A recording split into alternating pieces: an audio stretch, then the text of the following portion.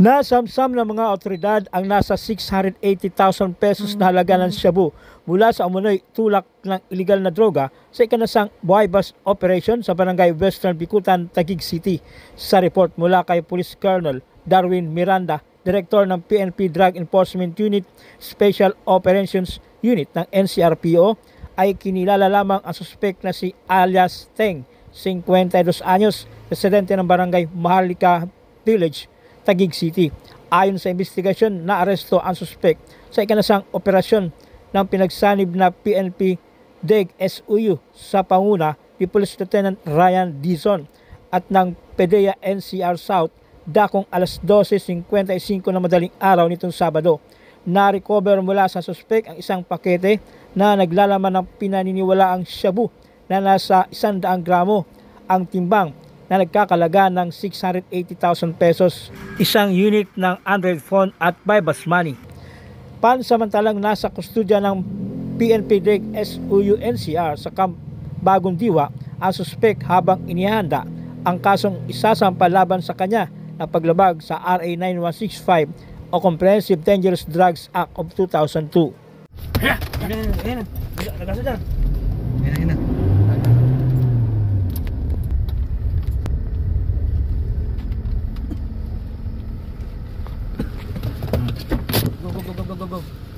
Go. Dito lang may isang minuto.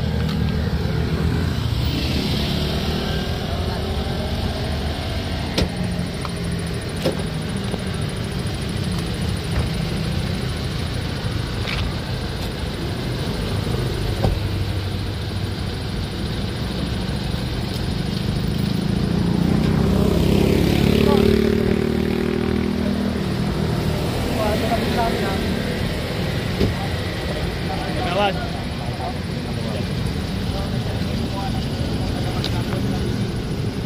Wala kang kakayahan, ikaw ay magkakaluban namin. Naunawaan mo ba? Ito na ba natin? Ano dito? Tarpulin. Ayan.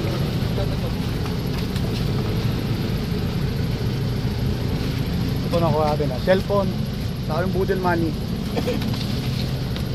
Isang matagumpay na operasyon ang isinagawa ng Taguig City Police Station na nagresulta sa pagkakaresto ng isang individual na sangkot umano sa pagbebenta ng ipinagbabawal na gamot sa kanto ng Ricardo Street at Magsaysay Street, Barangay South Sembo, Taguig City.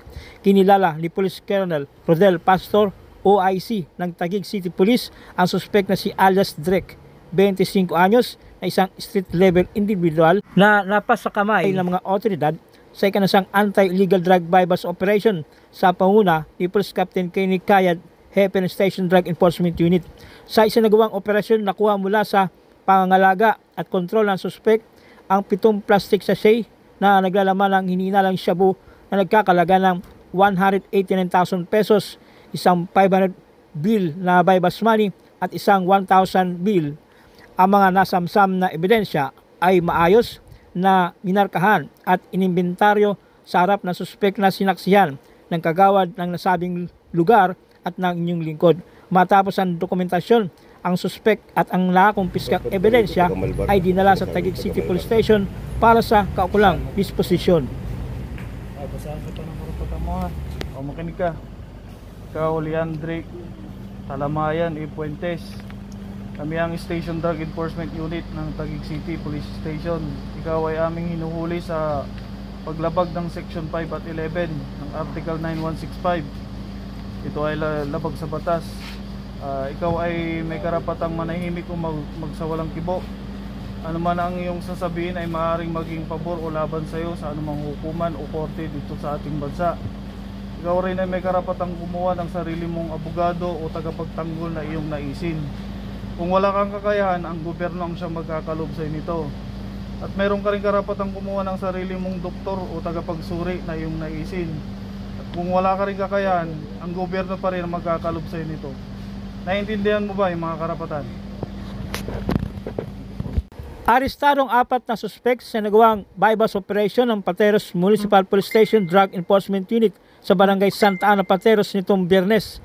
Kinilala ni Police Lieutenant Felicito Briwega Jr., hepe ng SDEU, ang mga naarestong suspect na sina alias Dexter, 47 anyos, residente ng nasabing barangay, alias Arvin, 37 anyos, residente ng barangay Martires del 96, alias Bert, 38 anyos, residente ng barangay Agho, Pateros, at alias Larry, 19 anyos, residente ng barangay Santo Rosario, Canluran, Pateros, na pao mga street level individual sa watchlist ng pulisya.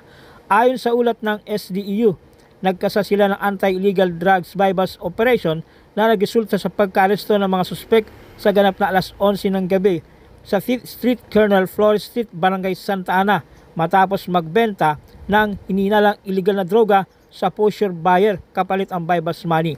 Nakumpiska sa mga naaresto ang 7 pirasong plastic sachet ng hininalang illegal na droga na may timbang na 2 gramo na nagkakalaga ng 13,600 pesos at na-recover din sa mga suspek ang bypass money.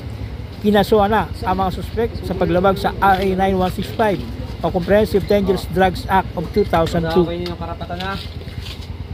Makinig kayo, makinig. Kayo ay aking inareso sa paglabag sa Republic Act 9165 ha. Kayo may karapatang manahimik at pagsawalang kibo. Ano man ang inyong sabihin, maaaring gamitin pabor o laban sa inyo sa ano mahukuman dito sa Pilipinas. Kayo may karapatang kumuha ng sarili nyo abogado upang kayo pagtanggol. Kung wala kayong pagkakayahan, pagkakalooban kayo na sa ating gobyerno. Kayo rin may karapatang kumuha ng sarili nyong doktor, yung napili. Kung wala kayong kakayahan, pagkakalooban kayo na isulit ng ating gobyerno. Naintindihan niyo ba yung karapatan?